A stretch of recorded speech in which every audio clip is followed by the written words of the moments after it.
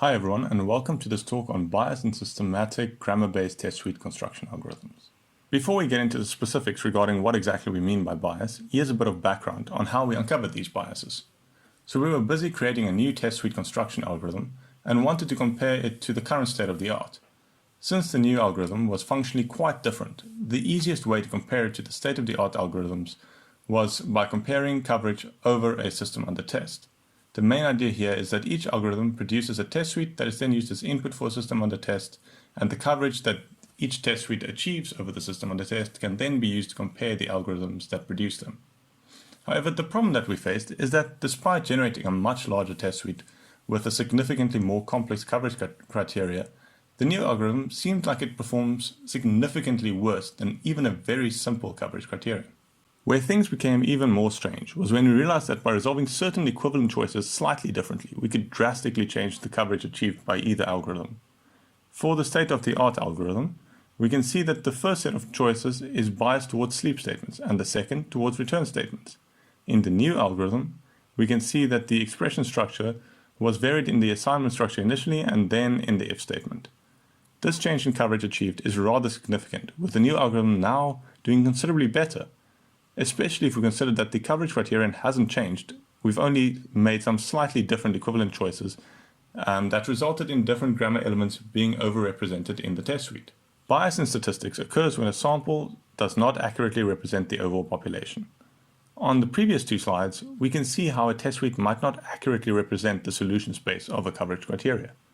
This happens through an overrepresentation of certain elements of the grammar and derivations, which in turn can drastically affect coverage. We identified two types of bias in the general coverage algorithm that we can see on the left. Whether computing the sentential forms to satisfy a coverage criterion, or grounding these out into valid words, bias is present at any point when a computation may result in multiple valid solutions or methods of computation, however one must be chosen. The first type of bias, equivalent choice bias, generally occurs when sentential forms are ground out to valid words and non-terminals are substituted out. For example, if the non-terminal type has to be substituted out, the algorithm can arbitrarily choose between bool or int. If the first valid solution is chosen, which is generally the case, then bool will be overrepresented. The second type of bias is called embedding bias. When choosing how a derivation must be embedded into a valid word, we can generally choose between shortest yield, the least number of tokens, or shallowest yield, the least derivation depth. For example, if we just consider the two options for the statement non-terminal, we can see that the shortest yield would have two options to choose from, since both sleep and return with an optional expression has a least number of tokens of 1, while shallowest embedding would only be able to choose sleep since it doesn't require exploring further levels of embedding. We measure bias by looking at coverage over a system under test, since this reflects the effect on real-world usage of a bias test suite. We shuffle the rule order to measure equivalent choice bias, since the algorithms choose the first valid equivalent solution, so this results in different choices being made. However, we don't modify the algorithm or the grammar rules. We do this for both methods of embedding to measure embedding bias. As we realized earlier, bias can lead to completely wrong comparisons being made between algorithms. The table here shows that there's a significant overlap between the maximum coverage of the worst algorithm and the minimum of the better algorithm, with the worst algorithm achieving a maximum of 63.5% line coverage compared to the minimum line coverage of the better algorithm at 62.9%, even though there's an order of magnitude difference in their test suite sizes at 48 and 429 test cases. However, even more importantly, coverage is not generally normally distributed, with clusters often forming around the minimum and maximum coverage achieved.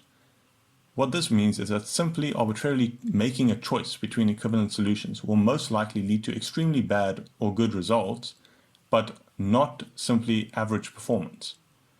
It is therefore very important to be aware of these bias effects when comparing algorithms or using these test suites in the real world. There are more detailed results in the paper, but it's important to note that these results not only hold true for small test grammars and systems, but also very large systems like SQLite.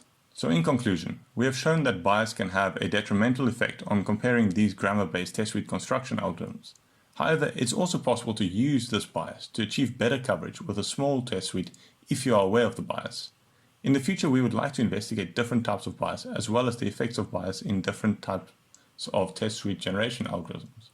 We'd also like to find other methods of using bias to achieve better coverage with the test suite, like finding the asymptotic maximum coverage of a coverage criterion to optimize code coverage versus test suite size. Thank you.